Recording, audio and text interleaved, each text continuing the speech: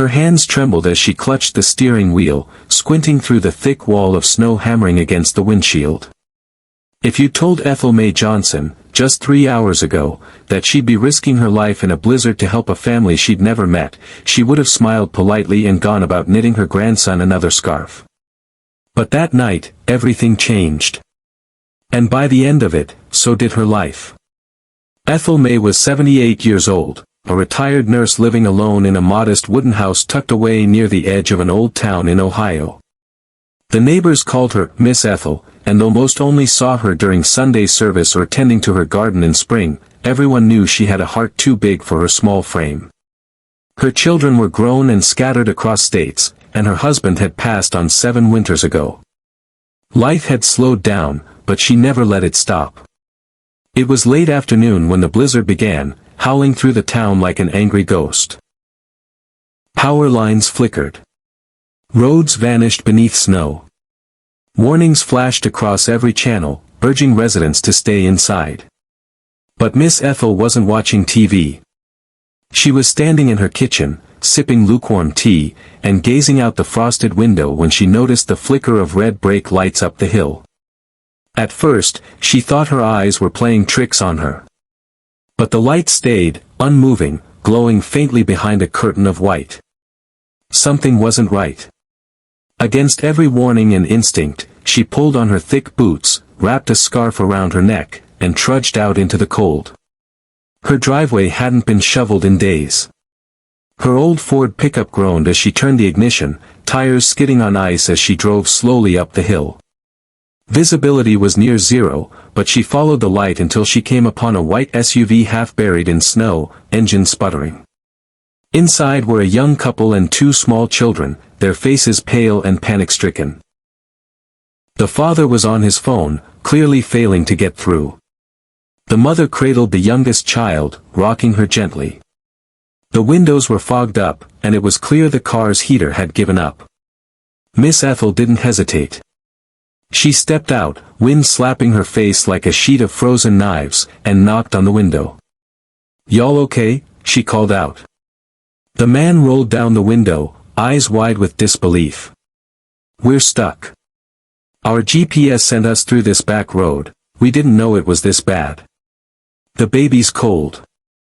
I think she has a fever. Please, can you help?" Ethel looked at the children, shivering, their cheeks flushed too red. She saw fear in their mother's eyes, the helplessness of a woman watching her babies suffer with no way to save them. "Follow me," she said firmly. "My house ain't far." They had no other choice.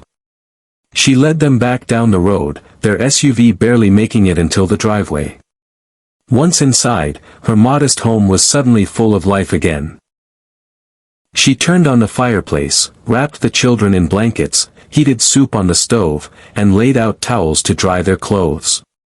She moved with the grace and purpose of someone who'd cared for others all her life. Her frail frame carried more strength than anyone could have guessed. "My name's Josh," the man said, rubbing his son's arms gently. "This is my wife, Kara. That's Liam, and the baby is Sophie." "Nice to meet y'all," Ethel smiled.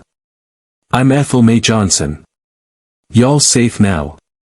As the snowstorm raged outside, a storm of emotions passed between them. At first, there was tension. Josh was a clean-cut white man in his 30s, clearly unsure of how to respond to the hospitality of an elderly black woman in a house filled with pictures of gospel choirs, civil rights marches, and a life lived through quiet resilience. But slowly, as hours turned into the evening and the fire crackled low, the walls crumbled. Kara helped Ethel stir the soup. Josh changed Sophie's diaper in the warmth of her living room. Liam sat on her lap while she read an old children's book aloud. They talked, about the weather, about life, about how fate had brought them together. Kara asked about Ethel's late husband, and her eyes softened with genuine empathy as Ethel spoke about raising 3 children through hard times, losing her Charles to cancer, and learning to live with silence. "You remind me of my grandma," Kara said softly. "She raised me," Josh added, his voice catching. "Tough as nails. Never met a problem she couldn't fix. They stayed the night, and Ethel gave them her bedroom, sleeping instead on the old recliner she swore was just fine. In the quiet hours before dawn, Sophie's fever finally broke. Kara wept in relief, hugging Ethel so tightly she almost couldn't breathe. When morning came, the storm had passed. The world outside was white and quiet, but the roads were clearing. Josh called for a tow truck, and by noon, their SUV was ready to go.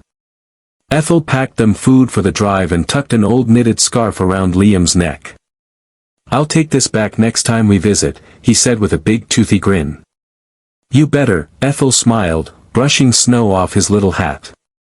As they pulled away, waving from the window, she felt something stir inside her, something she hadn't felt in years. Not just warmth, not just purpose, but connection. She had opened her door out of instinct, but what she received was far greater than gratitude. She'd been seen, truly seen, by people who were supposed to be strangers. Weeks passed. Then months. Life settled back into routine. But one Sunday afternoon, a knock came at her door.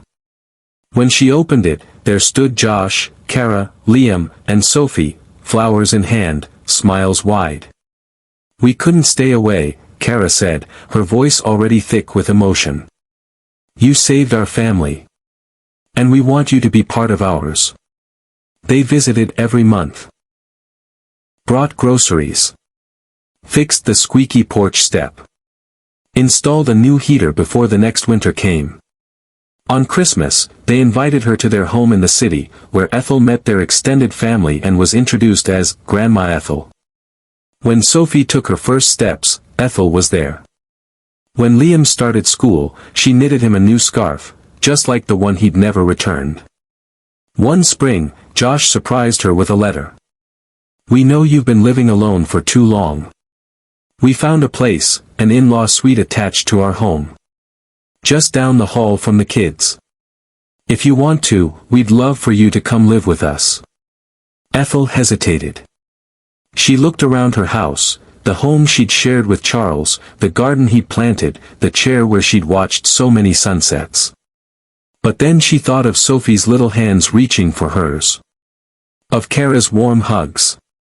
Of Liam's voice shouting, "Grandma," when she stepped through the door. Of laughter, warmth, and love. She said yes. As the moving van pulled away from her old house, Ethel looked back one last time. The past was there, etched into every brick, every memory, but the future was waiting. A future she never expected, built from a single act of kindness in a snowstorm. That one decision to help strangers had opened a new chapter of life. A chapter filled with purpose, laughter, and family she never saw coming. Sometimes, the smallest act of love in the middle of life's coldest storm can lead you home.